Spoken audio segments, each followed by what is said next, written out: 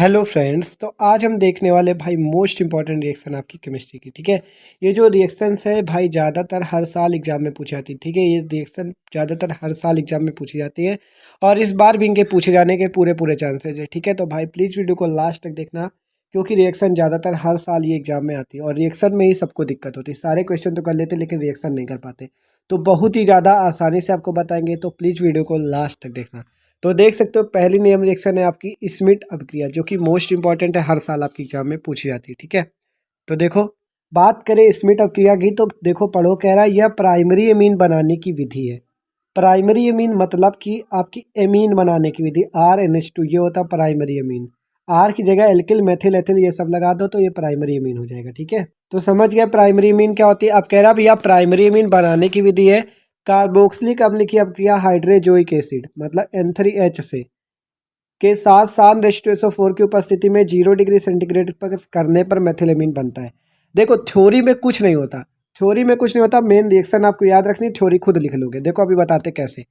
ठीक है, तो देखो अब क्या रहा है, कार्बोक्सिलिक अम्ल की अपक्रिया हाइड्रोजोइक एसिड के साथ करने पर SN-4 की उपस्थिति में 0 डिग्री सेंटीग्रेड पर कराने पर आपका एमीन बनता है। तो देखो एग्जाम्पल के तौर पर हमने एक कार्बोक्सिलिक अम्ल ले रखा है CH3COOH। ठीक है, इतना ले लिया, आपको केवल रिएक्शन याद करनी है। ठीक है, CH3COOH और इसकी क्रिया किससे की, इसका नाम होता है हाइड्रोजोइक एसिड N3H से क्रिया की, तो बहुत ही सिंपल रिएक्शन होगी। देखो यहाँ से CH3 आपका बाहर निकलेगा, एक यहाँ से नाइट्रोजन निकाल लेना, एक यहाँ से हाइड्रोजन, एक ये वाला हाइड्रोजन मिलकर आपका CH3NH2 बना देता है। देखो, और ये CO2 मिलकर कार्बन डाइऑक्साइड बना देता है, और यहाँ से N2 दो, एक निकल गया नाइट्रोजन, दो बचे ना, तो N2 आपके ये निकल गया नाइट्रोजन गैस। तो देखो अब आप रिएक्शन पे क्या लिखोगे, अगर आपने ये रिएक्शन याद कर ली तो थ्योरी पे क्या लिखोगे। देखो आपको पता है ये क्या है, कार्बोक्सिलिक अम्ल है, तो लिख दो सीधा सीधा कार्बोक्सिलिक अम्ल की क्रिया किससे कर रहे हो, ये हाइड्रोजोइक अम्ल से करने पर SN-4 की उपस्थिति में क्या बनता है, प्राथमिक एमीन बनता है।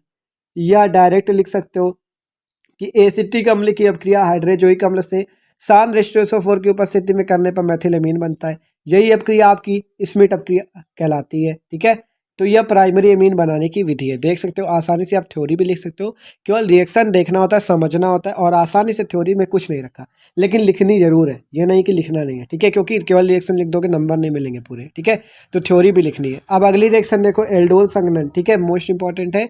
एल्डोल संघनन क्या होता है, तो देखो यह संघनन दो समान या भिन्न भिन्न एल्डिहाइडों के अणुओं में, दो समान या भिन्न भिन्न कीटोनों के अणुओं में तथा एक एल्डिहाइड तथा एक कीटोन के मध्य हो सकता है। ये जो एल्डोल संघनन जो है, ये आपका दो एल्डिहाइडों के बीच हो सकता है, चाहे वो समान हो या भिन्न। कह रहा है देखो, दो समान या भिन्न एल्डिहाइडों के बीच हो सकता है। ठीक है, RCHO के बीच, दो समान या भिन्न कीटोन समूह CO समूह के बीच हो सकता है, या एक एल्डिहाइड और एक कीटोन समूह के मध्य हो सकता है। ठीक है, इसे कहते हैं एल्डोल संघनन। देखो एग्जाम्पल से आपको बताते हैं। तो देखो हमने दो एल्डिहाइड समूह लिए, एसिटल्डिहाइड, ये दोनों एसिटल्डिहाइड है, देख लो ध्यान से, एसिटल्डिहाइड। अब हमें बनाना क्या, एल्डोल। तो जब इसकी क्रिया होती है, देखो यहाँ से CH3CHO। ठीक है, CH3CHO आपको लिखना है सिंपल, CH3CHO, और यहाँ से एक हाइड्रोजन निकालना है, H लिख दिया। अब जब एक हाइड्रोजन यहाँ से निकाल लोगे तो कितने बचेंगे, दो, तो CH2, और क्या बचा CHO।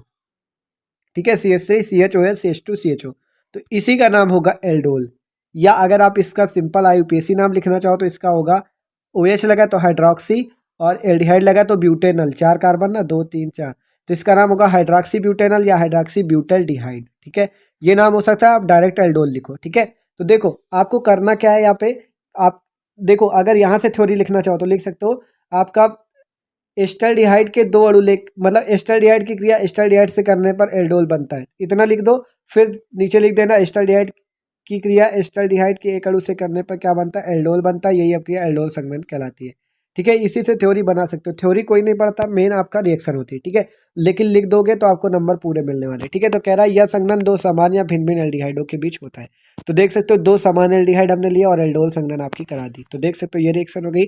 अब अगली रिएक्शन देख, अब अगली आपकी मोस्ट इंपॉर्टेंट रिएक्शन भाई हर साल पूछी जाती है ज़्यादातर, बुर्ज फिटिंग अपक्रिया। तो देखो इसमें क्या होगा, कह रहा है एल्किल हाइलाइड का एरिल हाइलाइड से शुष्क ईथर में आपको सोडियम की उपस्थिति में संयोग करके एरोमेटिक हाइड्रोकार्बन प्राप्त करने की अपक्रिया वुल्ज फिटिंग अपक्रिया कहलाती है। तो देखो कैसे प्राप्त करेंगे, आपको करना क्या है, क्वेश्चन कह रहा है एरिल हाइलाइड लो, तो तो एरिल कौन होगा, ये बेंजीन रिंग वाले जो होते हैं ये आपके एरिल कहलाते हैं। तो आपको क्या करना, एरिल हाईलाइट लेना है। इसको आप ऐसे भी लिख सकते हो C6H6 है। तो एरिल में क्या जोड़ दो, हाईलाइट जोड़ दो। तो हमने देख सकते हो यहाँ पे C6H6 में जब एक जोड़ोगे कार्बन तो 6 ही बंद बनाता है, ठीक है, सॉरी 4 बंद बनाता है, ठीक है। तो C6H5 और I हो गया, ठीक है, C6H5I हो गया, ठीक है। तो आपका जब C6H5I हो गया, अब इसकी क्रिया कह रहा है किससे करो भैया, कह रहा है एल्किल हाइलाइड से करो। एल्किल हाइलाइड लो एक, और एक लो एरिल हाइलाइड। तो देखो हमने एक ले लिया एल्किल हाइलाइड, ये आपका एक एल्किल हाइलाइड है, RX। आर का मतलब एल्किल, एक्स का मतलब हाइलोजन। देखो मेथिल ग्रुप लिया और आयोडीन ले लिया, ये हाइलोजन है, ठीक है। तो एल्किल हाइलाइड की क्रिया एरिल हाइलाइड से करो, एरिल हाइलाइड भी ले लिया। आप क्या कह रहा है, कह रहा शुष्क ईथर ले लो और सोडियम की उपस्थिति में संयोग करा दो। तो हमने क्या किया भैया, यहाँ शुष्क ईथर भी ले लिया और सोडियम की उपस्थिति में क्या करा दिया, संयोग करा दिया। तो बनेगा क्या, एरोमेटिक हाइड्रोकार्बन। तो बनाते हैं एरोमेटिक हाइड्रोकार्बन, बहुत आसान है। देखो होगा क्या, ये जो 2Na देख रहे हो और एक आई है एक आई है, बस इतना निकाल दो बाहर 2Na और जो बचा जोड़ दो, यही आपका एरोमेटिक हाइड्रोकार्बन है। देखो C6H5CH3 ये जोड़ दिया, बन गई टालुइन, इसी का नाम है आपका एरोमेटिक हाइड्रोकार्बन। तो आसानी से आप वुल्ज फिटिंग अपक्रिया कर सकते हो। और आपकी यहाँ पर से 2 का गुणा कर लेना, इसमें 2Na बाहर निकल जाएगा, ठीक है। तो देख सकते हो ये है वुल्ज फिटिंग अपक्रिया। आप इसमें भी थ्योरी लिख सकते हो, आपका आयोडोबेंजीन की क्रिया सोडियम से तथा आयोडोमेथेन से करने पर आपका टॉलुइन बनता है, ठीक है। तो देख सकते हो ये हो गई आपकी वुल्ज फिटिंग अपक्रिया। तो मेन थ्योरी आपकी इसकी तो यही है, ठीक है, आपको ये वाली लिखनी है। एल्किल हाइलाइट के एरिल हाइलाइट से शुष्क ईथर में सोडियम की उपस्थिति में सहयोग करके एरोमेटिक हाइड्रोकार्बन प्राप्त करने की अपक्रिया वुल्ज फिटिंग अपक्रिया कहलाती है, ठीक है। तो ये हो गई आपकी वुल्ज फिटिंग अपक्रिया। तो भाई वीडियो अच्छा लगा हो तो प्लीज़ लाइक भी कर देना। Okay, thanks for watching this video.